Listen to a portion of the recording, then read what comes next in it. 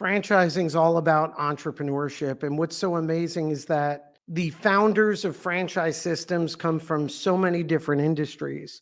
And today we're going to spend some time with Drew McWilliams, founder of Ivybrook Academy. And Drew's a real estate professional and turns out an amazing franchisor.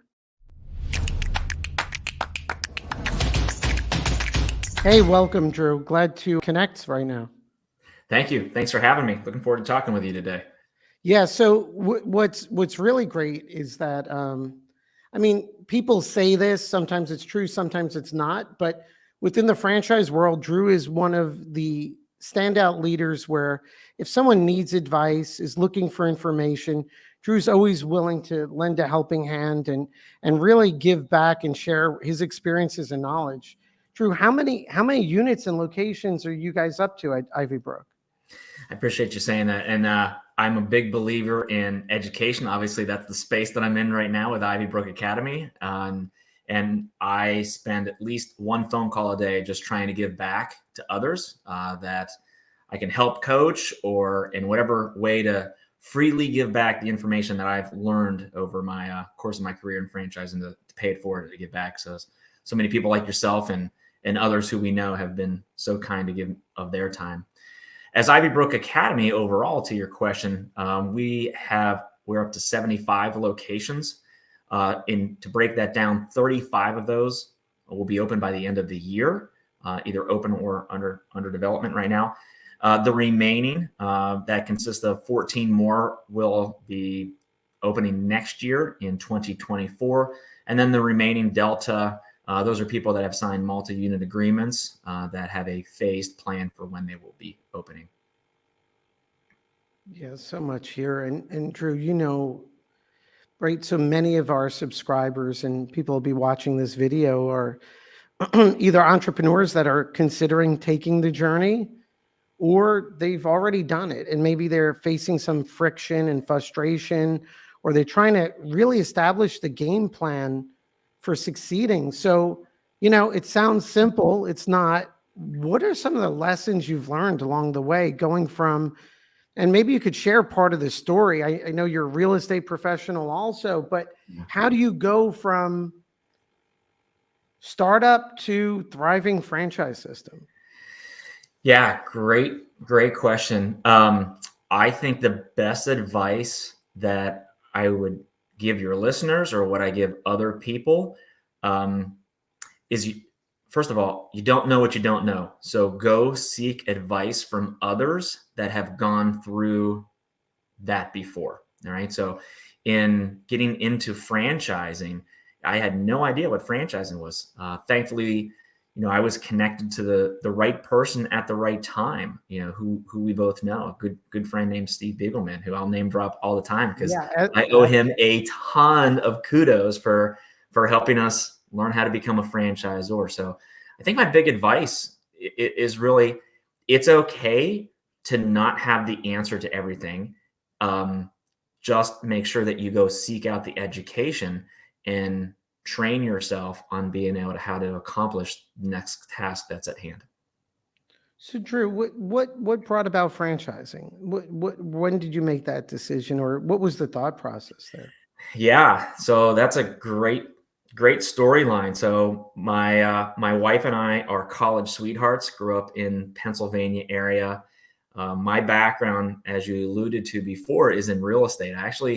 I started in real estate at age 19. I knew from a very early age, Monopoly was my favorite game, and I just wanted to keep playing. So I studied real estate in college, one of the few colleges that actually have real estate as a major that I went to. Started in real estate, took me to a couple internships, one in Virginia, Northern Virginia. A second one internship in real estate led me to Charlotte, North Carolina, and that's where I reside now. So that second internship stuck, got myself and married my college sweetheart down to Charlotte. My real estate career was very successful at a very young age. I was in new home sales and did very well and rose pretty high up the ranks. And without real estate, my real estate career, there probably wouldn't be an Ivybrook, because the real estate career helped us fund getting Ivybrook started. Now, the brilliance of Ivybrook is not for me in my real estate career. That the brilliance of Ivybrook and the creation, all the kudos go to my wife. Thankfully, I married up in life and married a very, very smart person. So that is my best decision that I've ever made. So Ivybrook got started because my wife Jennifer was a first grade teacher in public education, and we didn't have any children in our 20s, and we were in our mid 20s. And she came home from school one day, and she said, "I've got a calling to work with younger children." And allegedly, Charles, I don't remember it back that far, but I guess I said, "What are you talking about? You're a first grade teacher. There's no children to teach younger than first grade." I had no idea this world of preschool existed. Had no idea. So she's a firm believer of, we finished whatever we started. So she finished out the school year, took the next 2 years off, and wrote what is the Ivybrook curriculum today. It's all proprietary. It's all copyrighted. Ivybrook started in 2007. We had a massive success in a short period of time. I just assumed you open a business and you're profitable, and that's what we decided to do. So we were very fortunate. Our very first day in business, being in the black, decided, hey, there was the Great Recession, 2008 to 2010. And what does every good business owner do? They probably shrink during those times. We decided to double down. We opened a second location, and that was the best decision we ever did. I mean, we took advantage of a down market and opened a second location, and it was equally successful out of the gate. And from then, we ran 2 locations. At that time, when we opened the second school, a second campus, we call it, I quit my job in corporate America working for real estate, and I came to work with my wife, I should say, or for my wife. I'm just glad she hired me, coming on full time. And I ran one school, she ran another school. And then we did that for 10 years. And we thought that was our track for the rest of our career, and doing well. And at that time had children and loved the work-life balance that Ivybrook model is able to create, because our schools are only open from 8 to 4:30 every day, unlike the traditional daycares of the world. And then what happened, the franchising, it was never on our radar. And I know a lot of franchisors get in business because, they want to grow and they want to scale and, they want to monetize. But for us, it was not that fact at all. What really happened was in Charlotte. Charlotte is a very big banking city. It's actually the second biggest banking city in the country, behind New York, which is kind of a hidden secret if you don't live in Charlotte. So what happened in our 10 years in business, bank employees, they get job promotions, they get transfers. They're moving from Charlotte to, Texas, Florida, New York, California, you name it. And as their children were in our school, they would move. Thankfully, we've got a pretty long wait list at majority of our campuses. We backfill that spot. But then the mother would get to a new city, and they would call us in a week saying, "There's not an Ivybrook here. You need to open one here." And we never did that. We never said, "Oh, now we've got to be here, there, and everywhere."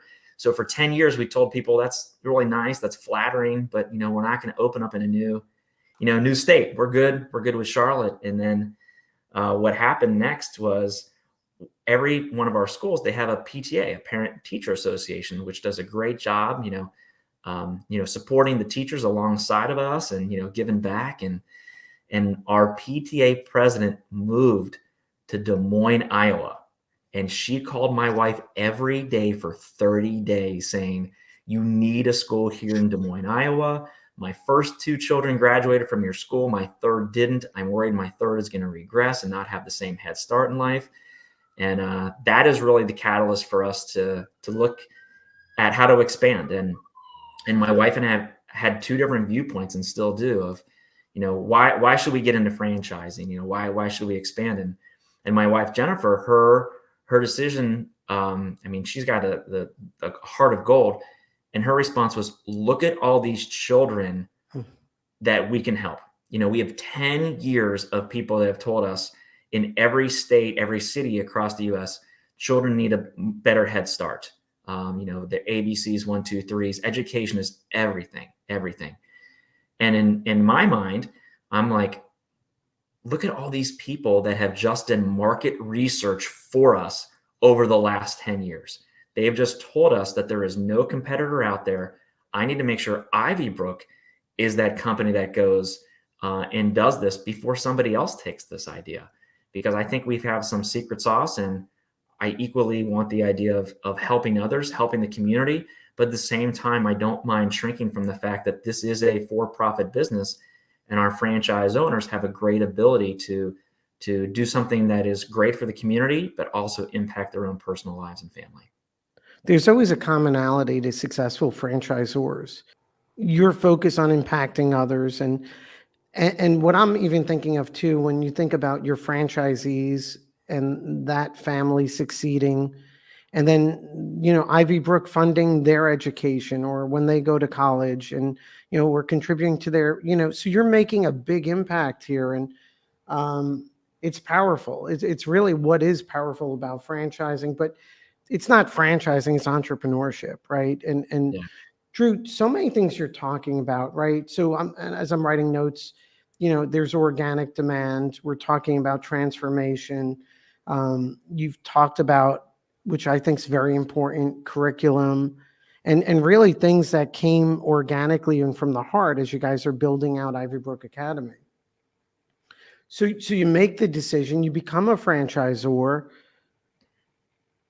What were some of the low points where you're like, well, maybe franchising wasn't the right way? And then the powerful moments where, as a leader, you and your wife as leaders, you power through that and you get to the other side, where I will say today, not many franchisors get to, number one.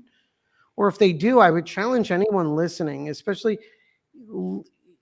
there's no faking the passion you have for Ivybrook Academy, your franchisees, and what you're doing. But what was the low point where you're like, maybe franchising's not working? And how do you get through that? Yeah, highs and lows, right? And that's interesting. We actually at our dining room table every night, we do highs and lows of the days with our kids and kind of go around the table. So it's kind of highs and lows of a franchisor, I guess, would be the question. Yeah. Lows of a franchisor, again, I know I'm going to say something that I've said before, but you don't know what you don't know. And especially that first year in business. And I was with our very first franchise owners. And I have a big belief, in my staff knows, I don't use the word franchisee. I use the word franchise owner, because they're the owner of their own business. It's very specific terminology, and it's very intentional terminology I use. So we were with our first franchise owners, last night, and we were looking at a second location for them. That's powerful. Like when the first person comes back and says, I want to do it again, that's pretty special sauce. But what the low was, what I thought was a low, somebody else didn't. So when I met with these people last night, our first franchise owners, I go, man, I have learned so much over the last 6 years. I'm really excited for you to go through the process again, with all the systems and the processes that we've put in place, because you were first. You took a huge risk on being our very first franchise owner, and they knew that too. And I will tell you, I can't tell you how many awards they've won for being the best franchise owner in the entire system. And 2 years ago, they beat my corporate campus. They were that successful. So that was the low for me of not having all the processes and systems in place that I wanted to have someone be successful, but yet they still were able to. So that was kind of a low turned into a high, I'll call it. And I think that's part of the evolution, right? Good franchisors, and when you're building a franchise system, it just keeps evolving. Yeah. But Drew, so important. So the franchise owner that you're speaking of, that was your first franchise owner, yeah? Correct. So must be an amazing feeling as a human, having a conversation with them the way you are, and looking at a second location. How does that make you feel just on the personal level? it's awesome. What on the personal level, what means more to me is when I see my franchise owners, by default, most of them will give us a hug. That's more important to me. It's the personal connection to me, and everyone knowing that Jennifer and Drew McWilliams and the entire team supports them, is with them 24/7, and always wants what's in best for them. That's beautiful. Drew, so we're talking about your first franchise owner, which is so critical, right? When I'm speaking with our clients and when I speak with them about franchising their business and what it means, I tell them it's really 2 years. You're launching your franchise over the first 2-year period, and that those first franchisees are so critical. And so it's so important to select, a franchise owner that aligns culturally, aligns in terms of their goals, and also where the business is going to be meaningful to them while also having the right capital. What was it like qualify? I mean, it turned out amazing. What do you attribute to that such a good match with your first franchise owner and even your first group of franchise owners? Yeah, we go through I'll call it an interview process. And I think most franchisors do as well, right? You've got to really get to know the person, and not everybody that applies to be a franchise owner, we approve. I mean, I know some other systems might just say yes to everybody, but it is truly an interview process. And I want them to interview us as much as we interview them. I mean, it's got to be a right fit. You're about to sign an agreement, a piece of paper that says we're in business together. We're married for the next 15 years. So we've got to date a little bit. Let's make sure that there's commonalities. There's a common bond, not personally, but are we on the same page? Drive is a big factor. Like, I don't know how to measure drive, but I think for any franchise system, someone that I'll take someone that has drive and no experience all day, because they're going to be able to figure it out, rather than someone that has 40 years of experience and thinks that it's just going to come to them just because of the last 40 years of success that they had. What would be a good reason for a franchisee not to choose Ivybrook? Hope you edit out this pause. True. By the way, the reason I love doing these podcasts, and we get to meet not frequently, but it's always a pleasure meeting up. You know what? You get to learn more about people, and you've always been so genuine. So I even love the pause, right? Because I don't know the answer to that question, but I mean, it's such a genuine conversation. I love it. And I love this not only for those franchisors out there that really need to be careful with the right partner, but also potential franchisees that are getting to see a leader at a franchise company being super genuine. But yeah, what would be a reason? Yeah, I would say someone that just thinks that they can, write a check, open up a school, and it just automatically, business is going to happen. Students are going to come to them, and someone that thinks that they can just put any business, not just Ivybrook, just on autopilot, I don't think is a good recipe for success. So I think someone needs to be very intentional with their time, whether they don't necessarily have to work in the business, but they definitely have to work on the business, right? You don't open up it's not a kiosk that you can just, plug in and walk away. You got to be intentional.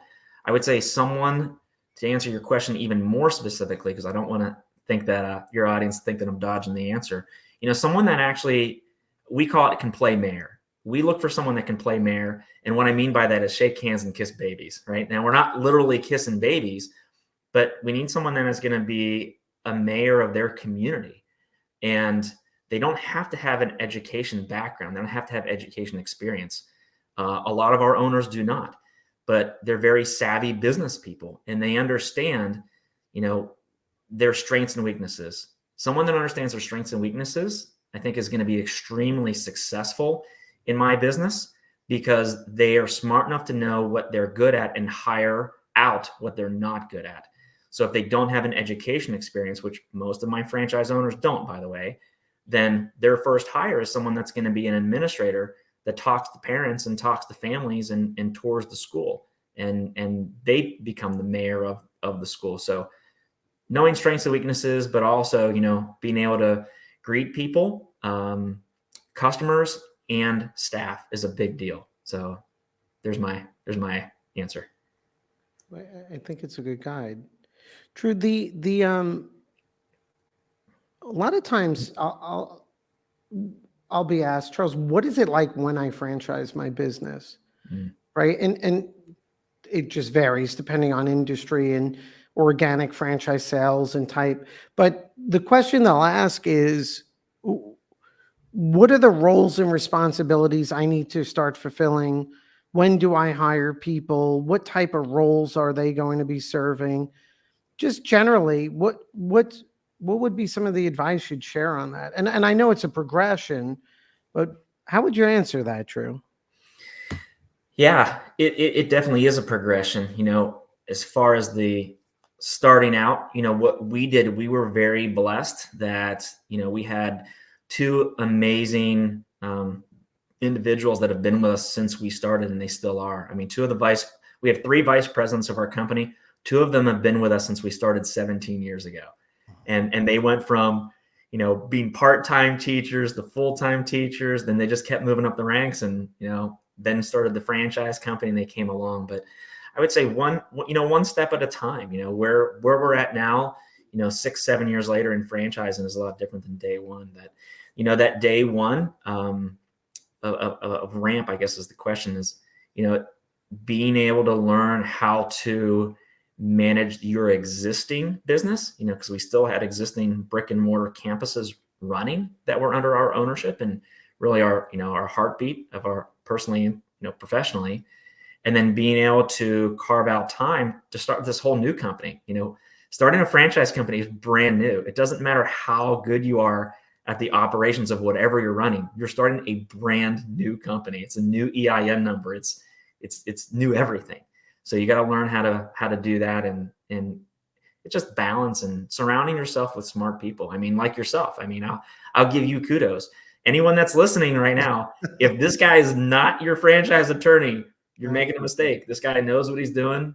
I love your catchphrase that you have. I might be holding one of those mugs right now, so I'll say it on the air in case my kids ever listen to this someday. But I think you surround yourself with people that are truly experts, genuine experts, in the field. And if you need help finding those people, flag me down. I'm happy True. to show By the way, when you say that, my recollection of seeing you at events is seeing you speak with other people. And it's usually startup franchisors getting advice from you, which I think is amazing. And I never connected the dots with the passion for education, but it's so obvious, right? When we have these conversations. And what I love about these conversations is that you really get to know what's behind a brand when people talk about a franchise. And I mean, people ask me what creates a successful franchise. And for me, I keep honing in on 3 factors. One is industry, which I always think macro trends are always important, right? And so for sure, preschool and the demographics are overwhelmingly. The second is unit economics, right? The performance. And I know in your FDD, you have some good drill down data because you're being genuine and transparent, right? So there's good unit economics. There's, interestingly too, potentially real estate. But to me, it always comes down to the founders. And that, for anyone listening, it's always the founders. We did a video the other day with Laura Coe. Wow. Yeah. And you guys, I know Laura. I talked to her last week. Yeah. Yeah. Right. So it's so funny. You guys have a lot in common. You're more like Laura, ready to knock down doors. You'll delicately do it in a very polite way. I love Laura. And what's amazing is to see the journey from, when we started before she was a franchisor to exiting, right? Mm-hmm. But when I think about Laura and I think about you, and I'm going to say this for anyone listening, and you're either a franchisor or you're about to, understand it's you, it's the founders that are going to make all the difference and create all the success. It's the persistence, it's the continuous learning. It's what Drew said, I don't know what I don't know, but I'm going to embrace it. I'm going to learn, I'm going to adapt, and I'm going to keep pushing till I get to that success.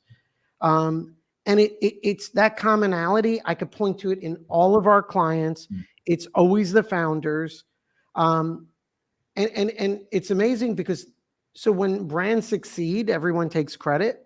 When they fail, they blame the founders, right?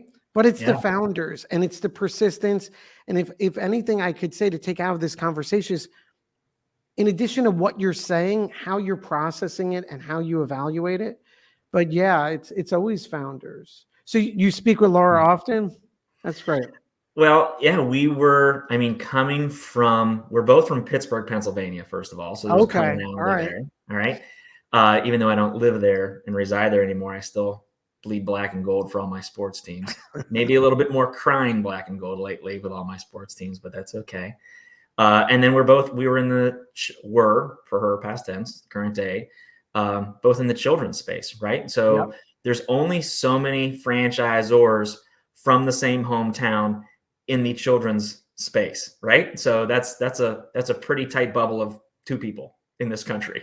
So we kind of have gravitated and bounce each other's off of each other all the time. And I love talking about two things. I'll talk entrepreneurship all day with somebody, and I will equally talk real estate with somebody all day. So if somebody calls me and hits one of those magic buttons, then I'm all ears for someone. Drew, I appreciate it. I appreciate the time today. And for sure, I could tell anyone out there, well, everyone who's serious about it, Drew's an amazing resource in the franchise industry, an amazing person. And, it's funny, I guess I'm biased, but like I get excited when we have these conversations. I'm excited about Ivybrook, and it's always nice to put the pieces together and see that the success is not happening by accident. It's deserved and earned. So, I'm looking forward to everything ahead, Drew. Well, thank you. Thank you for giving your audience, an opportunity to learn more about franchising and just entrepreneurship in general. So thank you for giving back yourself in your own time.